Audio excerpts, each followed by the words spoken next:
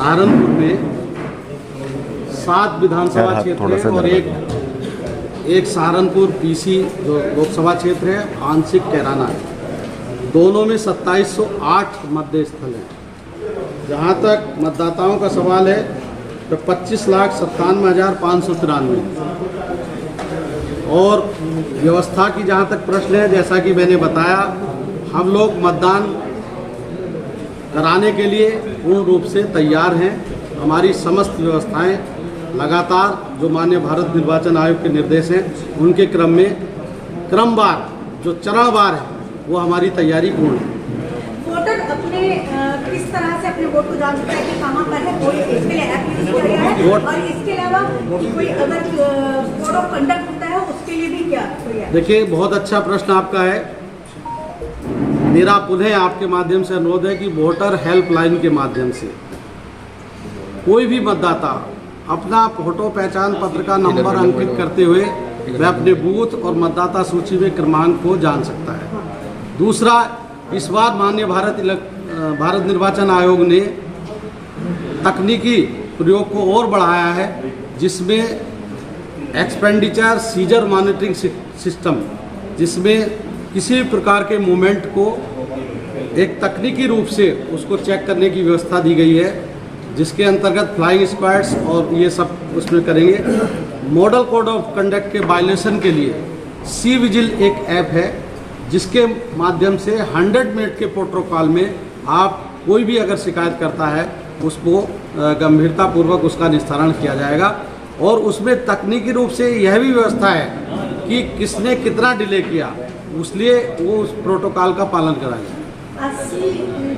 80+ मतदाता है, उनके लिए वोट डालने के लिए क्या व्यवस्था है?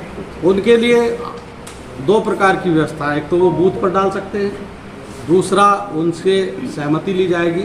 यदि वो असमर्थ हैं या अपने घर पे डालना चाहते हैं तो उसको प्रोटोकॉल को जो निर्देश है माननीय निर्वाचन आयोग के उसका पालन कराएगा। इस बार जो जेंडर का भागीदारी है महिलाओं की कितनी है, क्या उसमें कुछ सुधार? निश्चित रूप से सुधार हुआ है। हम लोगों ने जो जेंडर रेशियो है, जो एज पर रिक्वायरमेंट है, उस रिक्वायरमेंट के अनुरूप हम 893 है, तो जो होना चाहिए वो उसको हमने अचीव किया है। युवाओं की भी बहुत बड़ी इस बार मतदाताओं में उनकी भागीदारी सुनिश्चित कराने के लिए प्रयास किया गया है। और युवा और महिला हमारे लिए, ट्रांसजेंडर, दिव्यांग मतदाता और सबको हम लोग, बुजुर्गों को 100 के ऊपर भी, हमारे 100 वर्ष की जो मतदाता हैं उसके ऊपर भी 706 थे, उसका हम लोगों ने सत्यापन कराया। उसमें से कुछ लोग, चुनिंदा लोग जो मृतक पाए गए, उसके लिए अलग प्रोटोकॉल है। और हमारे लिए एक ऐसे मतदाता जो 100 वर्ष के ऊपर है, वो आइकॉन के रूप में है हमारे लिए। लोकतंत्र के लिए वो एक बहुत शुभ संकेत हैं कि ऐसे मतदाता अपने वोट का प्रयोग करेंगे। सीजर मॉनिटरिंग सिस्टम, जिसमें किसी भी प्रकार के मूवमेंट को एक तकनीकी रूप से उसको चेक करने की व्यवस्था दी गई है, जिसके अंतर्गत फ्लाइंग स्क्वाड्स और ये सब उसमें करेंगे। मॉडल कोड ऑफ कंडक्ट के वायलेशन के लिए सी विजिल एक ऐप है, जिसके माध्यम से 100 मिनट के प्रोटोकॉल में आप कोई भी अगर शिकायत करता है उसको गंभीरतापूर्वक उसका निस्तारण किया जाएगा। और उसमें तकनीकी रूप से यह भी व्यवस्था है कि किसने कितना डिले किया, इसलिए वो उस प्रोटोकॉल का पालन कराते हैं। 80+ मतदाता हैं, उनके लिए वोट डालने के लिए क्या व्यवस्था है? उनके लिए 2 प्रकार की व्यवस्था है। एक तो वो बूथ पर डाल सकते हैं, दूसरा उनसे सहमति ली जाएगी। यदि वो असमर्थ हैं या अपने घर पे डालना चाहते हैं तो उसको प्रोटोकॉल को जो निर्देश है माननीय निर्वाचन आयोग के उसका पालन कराएगा। इस बार जो जेंडर का भागीदारी है महिलाओं की कितनी है, क्या उसमें कुछ सुधार?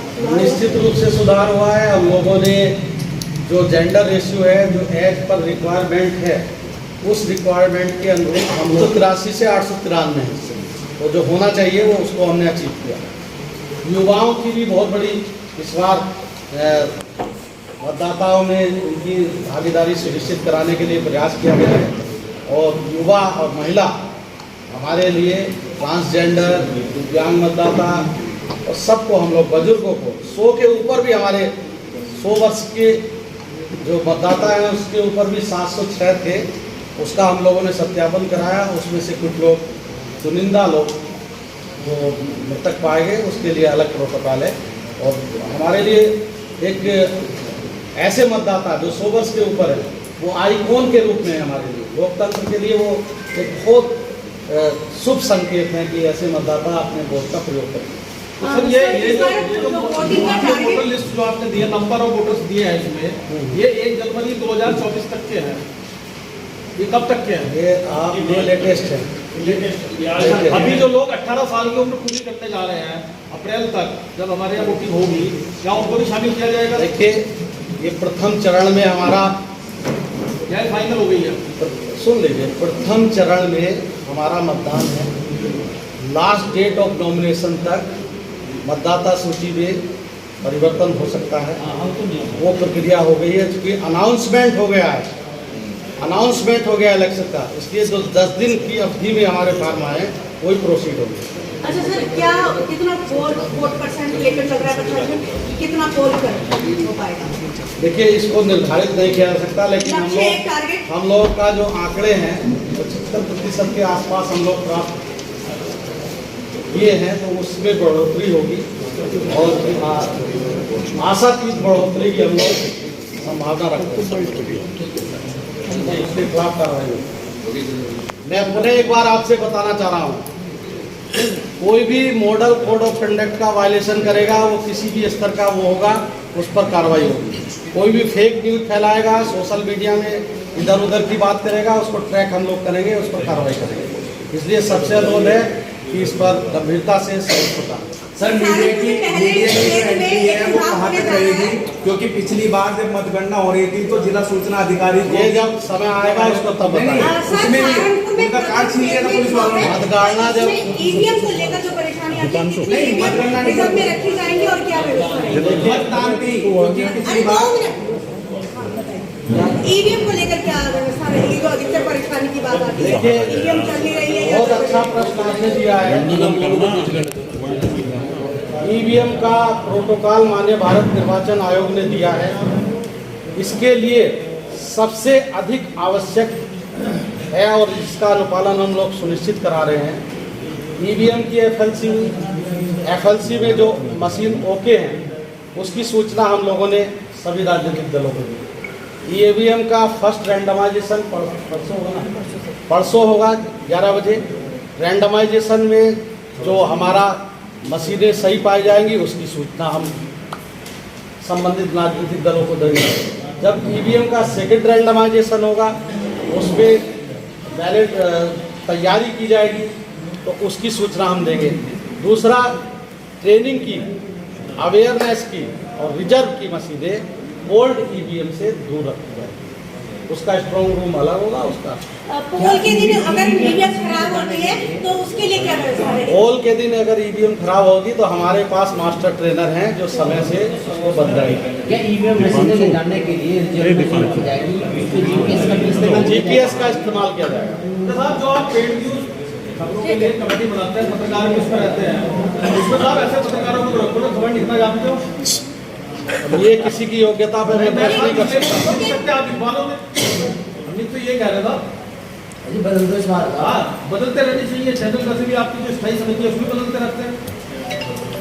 वो अब तो बन चुकी है और ऐसे किसी की योग्यता पे प्रश्न नहीं करना चाहिए। अच्छा, वो भी बता दीजिए सर, क्राइटेरिया क्या है मतदान केंद्र को जाने का? क्योंकि जो सवाल मैंने किया था कि जब मतदान की तिथि आएगी आपको ऐसे ही बताया जाएगा। उसमें अभी जो आप उसमें क्या था, जिला सूचना अधिकारी का कार्ड पुलिस वालों ने छीन लिया था। तो ये देखिए, अगर आप बात करेंगे जी तो माननीय भारत निर्वाचन आयोग से जो अधिकृत पत्रकार हैं वही अनुमन्य है किसी व्यवस्था में देखने के लिए।